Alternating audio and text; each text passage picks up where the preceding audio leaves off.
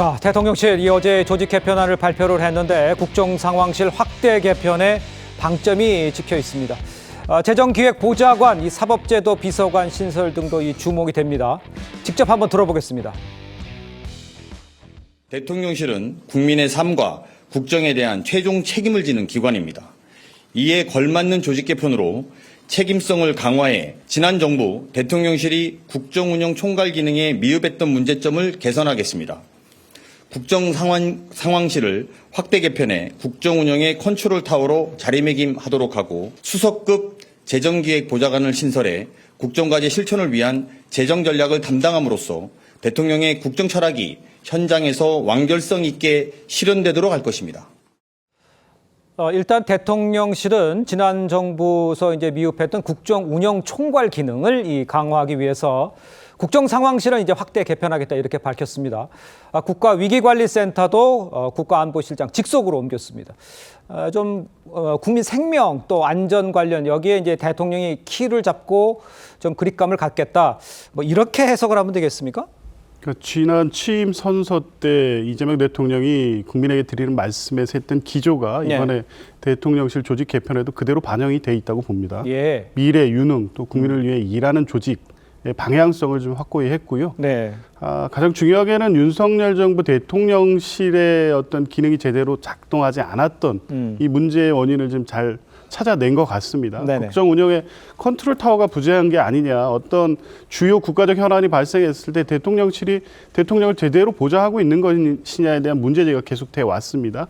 그런 차원에서 국정 상황실을 확대 강화해서 국정 컨트롤 타워에서의 기능을 분명히 하는 거고요. 네네. 윤석열 정부 때는 뭐 대통령실이 사실은 윤석열 대통령의 입만 보고 있는 게 아니라 이런 문제가 나왔기 때문에 각 조직들 특히 뭐 국민의 안전을 가장 중요한 가치로 삼는 이재명 정부에서는 그 부분에 또 기능 강화를 위한 조직 개편안이 있고 뭐 이렇게 전체적으로 국민 안전 또 경제 회복 또 그리고 성장 이런 부분에 초점을 둬서 실제 이런 역할이 바로 실행되고 작동될 수 있는 방향으로 조직 개편안을 발표했고요. 그에 따라 인선을 진행하고 있습니다. 알겠습니다. 자, 그런데 그 대통령실 이 조직 개편과 함께 1차 인선을 발표하는 등 이 조직 정비의 속도를 내고는 있는데 일부 인선을 두고 잡음도 나오고 있는 것이 사실입니다. 민정수석 하마평의 검찰 출신이죠. 특수부 출신 검사입니다. 오광수 변호사 거론이 되자 이 조국 혁신당을 시작으로 민주당 서영교 의원도 이 공개적으로 반대 목소리를 냈습니다. 먼저 서영교 의원의 목소리를 한번 들어보겠습니다. 특수통검사 출신 오광수 변호사, 민정수석 내정설이죠 아직까지. 설로 나오는 사람이 되는 예는 별로 많이 보지 그래요? 못했습니다. 민정수석이라고 하면 아주 중요하기 때문에 함께 일해왔던 많은 사람들 중에서도 좋은 사람이 있을 거다 이렇게 생각하고 있습니다. 윤석열과 같이 있었다, 뭐 이런 특수통검사로 같이 있었다 이런 거는 제가 보기엔 크게 좋은 것은 아니다 이런 생각이 들어서 좀 더 보시고 신중하게 아직까지 분명한 좋겠다. 설이군요. 그러니까. 지금 직접 들어보셨습니다만 서영교 의원도 더 좋은 사람이 있을 것이다. 조심스럽게 반대 목소리를 냈고 조국 혁신당 황운하 의원 같은 경우엔 개가 주인을 물 것이라고 이렇게 강하게 반발을 했습니다. 법여권 일각에서는 이 특수통 출신 검찰 개혁 적임자가 아니다 이런 지적도 나오고 있는데 먼저 우리 강전혜 변호사께서는 어떻게 보세요? 일단 저는 오광수 변호사 결과적으로는 낙점할 것이라고 생각을 합니다. 이재명 대통령이 지금까지 나온 인선들을 보면 김민석 총리 후보자 같은 경우 이제 전과라든지 여러 가지가 문제가 있는데도 지명을 한 부분들이 있고 뭐 김남국 전 의원이 대통령실로 들어간다라든지 본인이 손발을 맞추고 오랫동안 지켜본 사람들을 지금 같이 하겠다라는 의지를 보여주고 있는 것이 아닌가라고 생각을 해요. 국민통합선대위로서 뭐 결국엔 당선이 된 대통령이고 통합에 대한 이야기를 하고 있습니다만 첫 번째 인선 같은 경우에는 일단은 믿을 수 있는 사람으로서 정책에 드라이브를 걸겠다 뭐 이런 생각을 갖고 있는 것으로 보입니다. 오광수 변호사는 이재명 대통령과 연수원 동기고 오랫동안 교류가 있었기 때문에 믿음이 워낙 강해서 지금 하마평으로 나오는 것으로 보이는데 글쎄요 오히려 서영교 의원도 뭐 원내대표 이야기가 나오는데 저런 이야기를 했을 때 원내대표가 되지 않을 가능성도 있지 않을까 하는 생각이 듭니다. 다만 저렇게 이야기하는 건 이해가 되는 게 이번에 그 직제 개편 개편을 하면서 사법제도 비서관, 사법개혁을 완성하겠다라고 이야기를 하고 있습니다.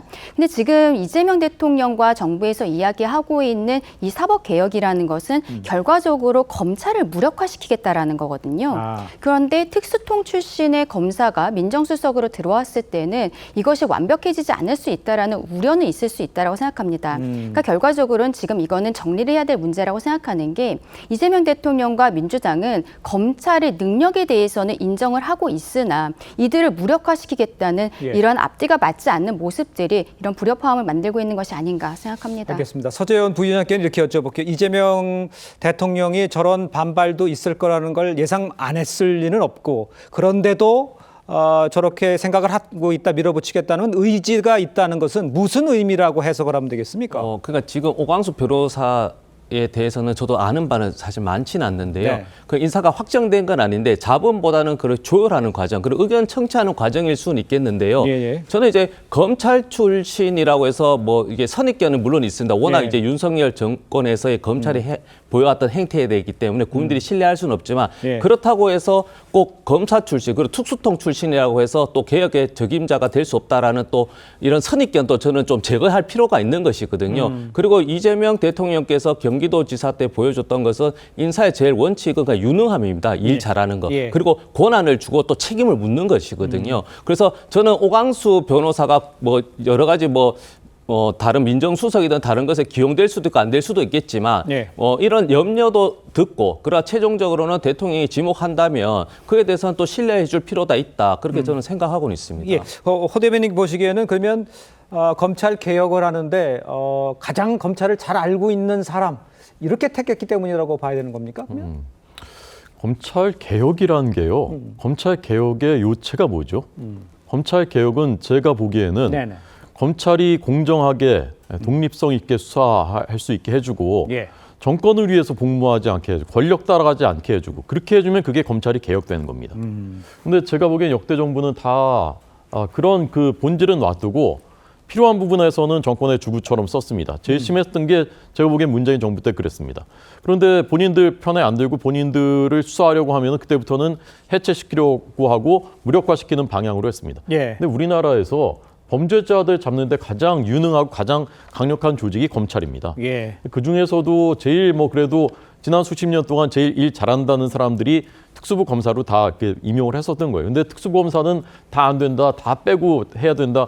저는 이것을 이제 동의하기가 어렵고요. 저는 오광수 수석에 대해서 저도 수석이 아니라 그분에 대해서 저도 개인적으로는 모르지만 특수부 검사이기 때문에 안 된다. 이것은 저는 납득하기가 어려운 얘기 같고 문재인 정부 때 똑같은 논리로 조국 그 교수를 민정수석으로 썼지 않습니까? 그게 잘 됐습니까? 어떻게 됐습니까? 직무 중에만 울산시장 선거 개입 사건, 그다음에 대통령 사위 취업 특혜 사건 이런 것들 다 그 연루돼서 수사받고 있지 않습니까? 그런데 그렇게 한다고 해서 이것이 잘 되고 저는 그렇게 생각하지 않습니다. 알겠습니다. 이뿐만 아니라 이종석 전 통일부 장관이 국정원장 후보자 지명된 것을 두고도 국민의힘을 중심으로 비판의 목소리가 나오고 있습니다. 김재섭 의원 목소리를 한번 들어보겠습니다. 이종석 전 통일부 장관 같은 경우에는 사실 그 노무현 행정부 때 그러니까 실패한 햇볕 정책에 책임이 있는 분이시기도 하고 또 노무현 행정부 때 그 자주파의 가장 핵심적인 분이었잖아요. 반미 인사로 자주 분류가 되거든요. 근데 지금 안 그래도 우리가 미국과의 관계가 굉장히 첨예한 상황이고 한미 동맹과 한미일 공조 문제를 해칠 수도 있다라는 우려는 분명히 있습니다.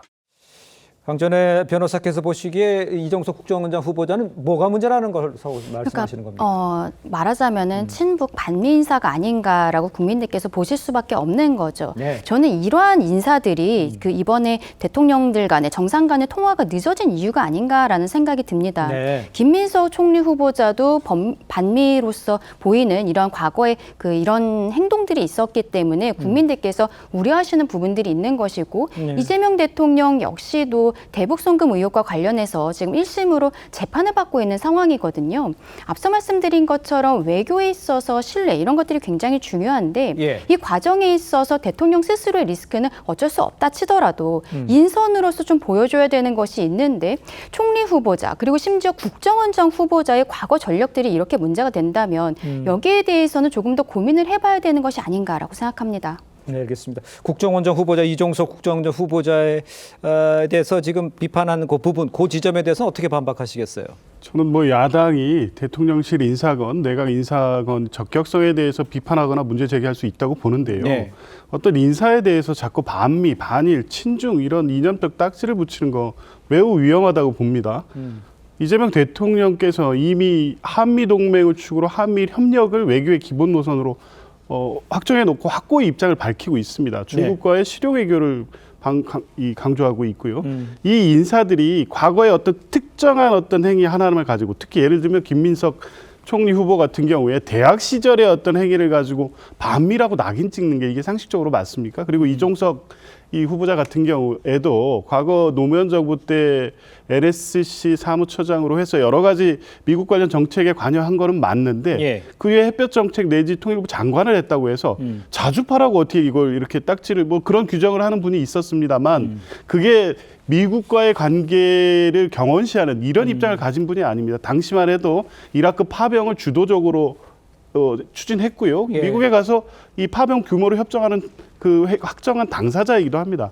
한미 관계에 있어서도 지금 현안이나 문제를 풀어나가는 데 있어서 국정원장으로서 역할을 수행하는 데 있어서 아무런 문제가 없습니다. 몇 가지 과거 사실관계를 가지고 이념적 딱지를 붙이는 것, 이것은 진짜 전체 국가적인 어떤 현재 급박하게 이 정부가 해결해야 될 여러 가지 상황이 있는 지금 현 시점에서 좀 다소 무책임하고 위험하다는 생각이 듭니다. 알겠습니다.